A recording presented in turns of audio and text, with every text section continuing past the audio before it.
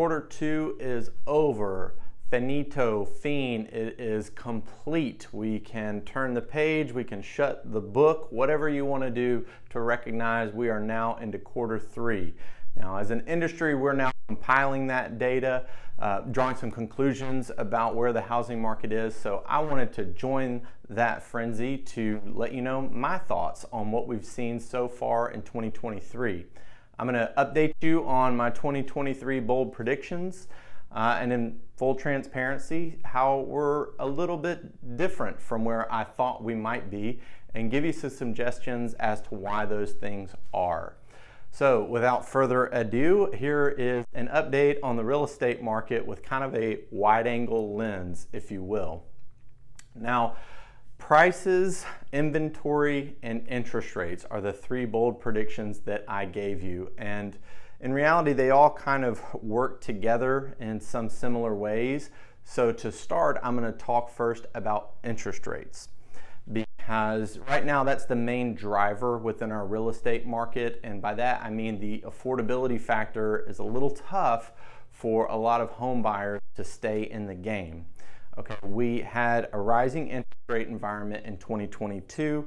We peaked in November of 2022 at just above 7% for the 30-year fixed rate average.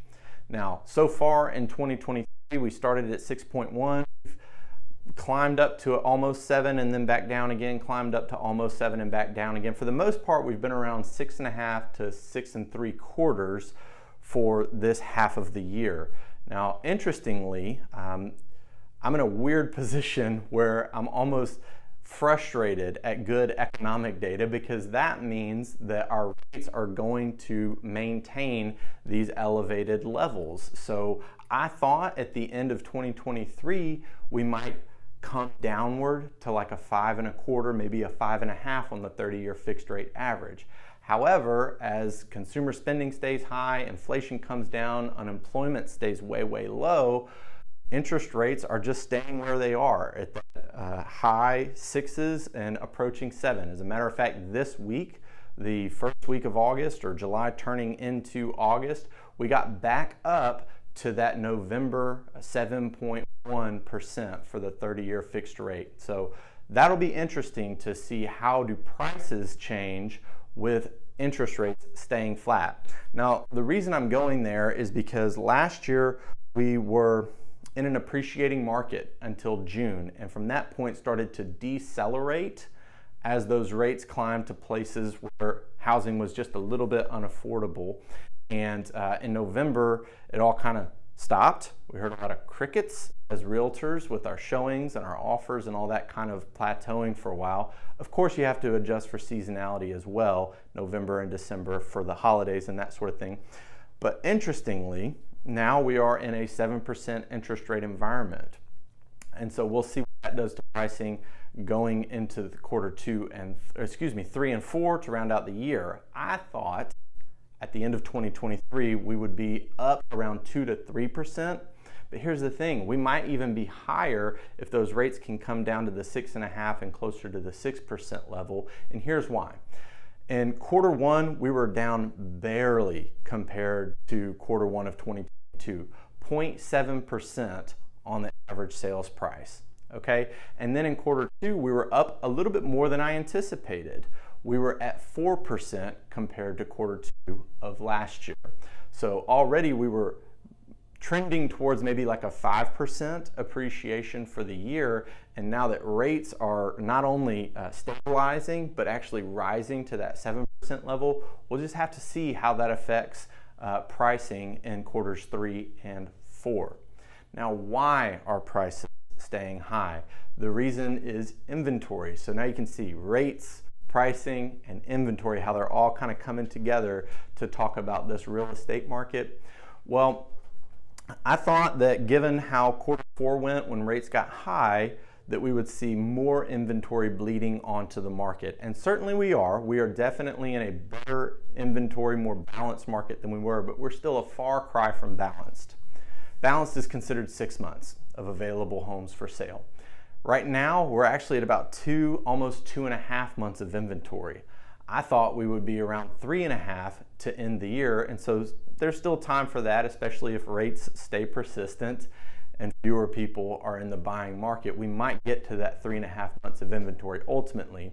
But when you talk about what's already happened in Q1 and Q2, the available inventory being around 2 to 2.5 months is what's keeping prices stable and even a little bit elevated. Still a seller's market out there. So that's a little bit about where I thought we'd be, a little bit about where we are. Now, here are the types of conversations I'm having because I want to dispel a little bit of the misinformation out there and put some data behind what you think you're feeling and what you're actually witnessing in terms of data. Because a big one is, Scott, I see a lot more price reductions out there. I see a lot more for sale signs than I used to.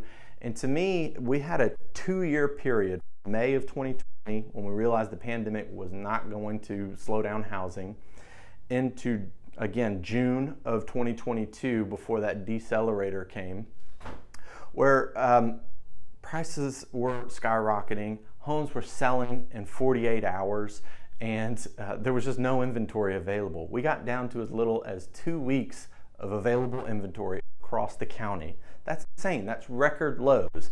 And so you've got to realize that when you're comparing today's environment to that one, you're talking about records low inventory. So while yes, we are in a larger inventory environment and buyers have more options, we're still nowhere close to balanced, okay? And here's the other thing. When homes sell in 48 hours, that sign gets picked up in 15 days or so, right? And now that homes are lasting 3-4 weeks before they're under contract, you have an opportunity to become more aware of that for sale sign in your neighbor's yard.